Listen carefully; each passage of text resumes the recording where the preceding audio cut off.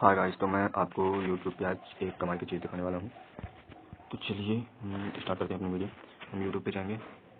ये हमारा YouTube open हो चुका है। ओपन होने के बाद गाइस हम ये अपने चैनल पे जाएंगे।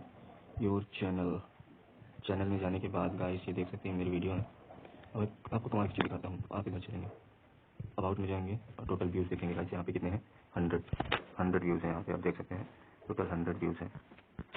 आप देखिए 100 व्यूज़ हैं। और आपको मैं आगे दिखाता हूँ। यहाँ ये एक मेरी वीडियो है, ये वाटरमेलन देख सकते हैं यहाँ पे ये वीडियो, जिसमें एक वीडियो में ही 537 व्यूज गए हैं, 537। तो देख सकते हैं इस वीडियो में ही 537 537 व्यूज गए हैं। इसकी ये टोटल व्यूज बता रहा है 100। मतलब देख सकते हैं यूट्यूब क्या क्या गलती करता है।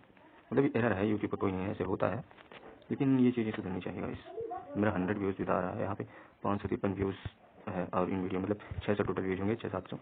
तो एक यूट्यूब